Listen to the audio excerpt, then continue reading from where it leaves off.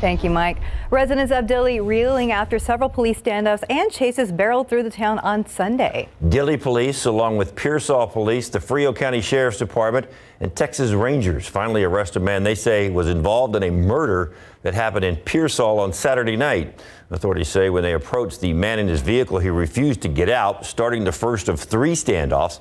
The suspect then fled to another street. The second standoff ensued, with Texas Rangers speaking with him on the phone. That man took off again, but law enforcement used spikes to deflate his tires. Everything ended around 3 on Highway 85 outside of Dilly. And still, police say for a tragedy like this to strike our small community, our officers will be very diligent in making sure that the community is aware that we are here to protect them and do the best we can for them. the man's condition hasn't been released, and Pearsall police are expected to release that information about the homicide and suspect today. One person is still unaccounted for, and 11 people are without a home after a 2-alarm fire on the northeast side. Flames tore through a building number 15 of the Cottage Creek Apartments off of Raybon and Village Trail Drive yesterday afternoon. The blaze required about a dozen fire trucks and even more firefighters to get it under control. Adding to the battle, the wind gusts were spreading the flames pretty fast. Fire Chief Charles Hood says despite that, they were able to keep everything contained to just that one building. We aggressively tried to attack it with an interior attack.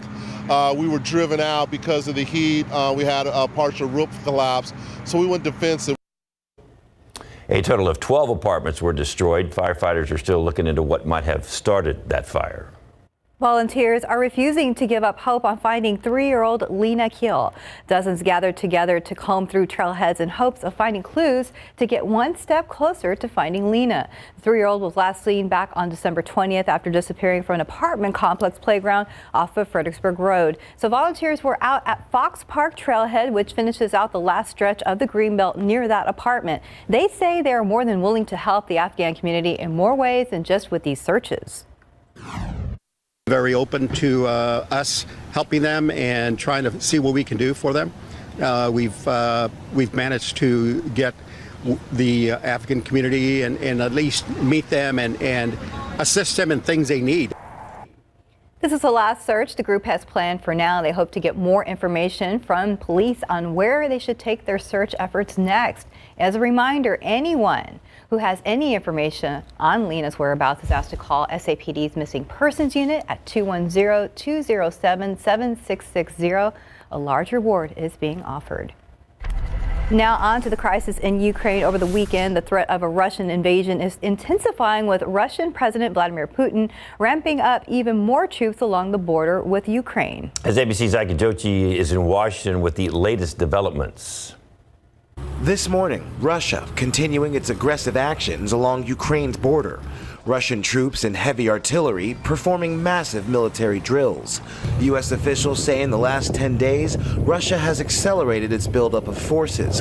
Putin now has an estimated 130,000 troops amassed on 3 sides of the country, with U.S. officials warning of a possible imminent attack. It's likely to begin with a significant barrage of missiles and bomb attacks. It would then be followed by an onslaught of a ground force moving across the Ukrainian frontier. And this morning, Ukraine advising airlines to avoid airspace over parts of the Black Sea out of safety. Still, attempts for diplomacy on display. Today, German Chancellor Scholz is in Kiev, then off to Moscow. President Biden speaking by phone with Ukrainian President Zelensky over the weekend, making it clear the U.S. and its allies will respond swiftly and decisively if Russia invades. Zelensky asking the U.S. to provide even more military and financial support, even inviting Biden to visit the country. We have good sources of intelligence, and they're telling us that, that things are sort of building now to some sort of crescendo opportunity for Mr. Putin.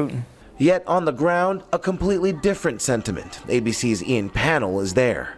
There is no sense of panic here, but people are certainly planning and preparing in case the worst happens.